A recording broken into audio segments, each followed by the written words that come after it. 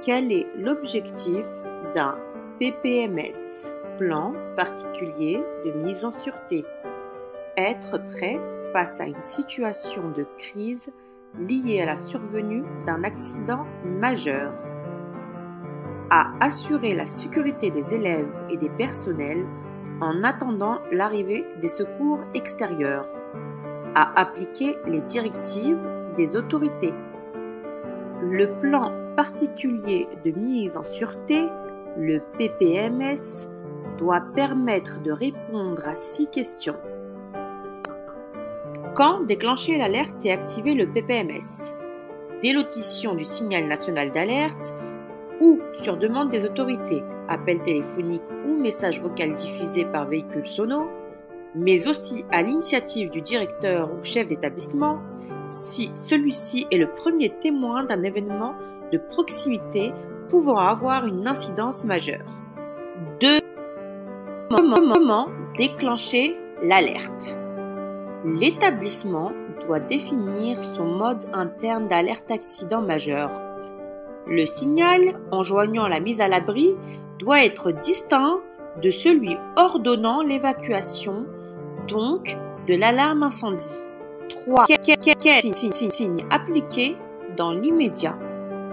Outre la consigne d'écouter la radio, sont définies des consignes à appliquer tant par les personnes dites ressources que par les autres membres du personnel et les élèves.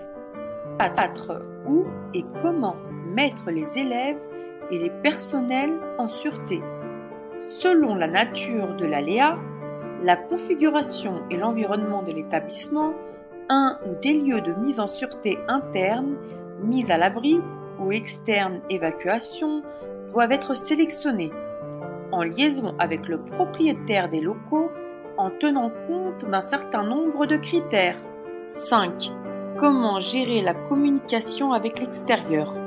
Le directeur ou le chef d'établissement, aidé des personnes ressources, assure la communication avec les autorités, mairie, préfecture, direction des services départementaux de l'éducation nationale, rectorat, les secours, les familles et la presse, en conformité avec les instructions du préfet et des autorités hiérarchiques. 6.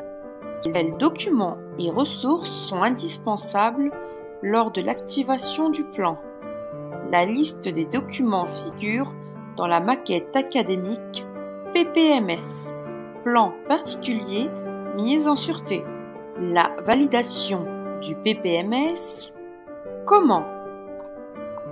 Le PPMS, plan dynamique et évolutif, doit être testé par des exercices réguliers, au minimum une fois par an, et réactualisé pour tenir compte des évolutions des composantes de l'établissement, des risques environnants ainsi que des remarques éventuelles des secours locaux. Chaque école, chaque établissement doit s'y préparer par l'élaboration du plan particulier de mise en sûreté, prendre en compte les risques prévisibles auxquels il est exposé et déterminer les mesures nécessaires pour assurer la mise en sûreté des élèves et des personnels en cas d'accident majeur. Le PPMS est validé par un exercice de simulation. Il s'accompagne d'actions éducatives et d'une information aux familles. Le PPMS doit être annuellement soumis à la délibération du conseil d'administration pour un EPLE ou présenté au conseil d'école pour le premier degré.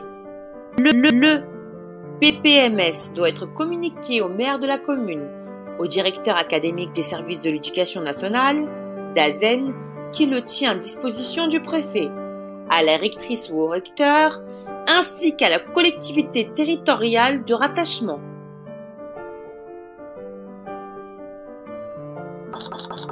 Voici une fiche explicative qu'on peut trouver sur Eduscol ou education.gouv.fr.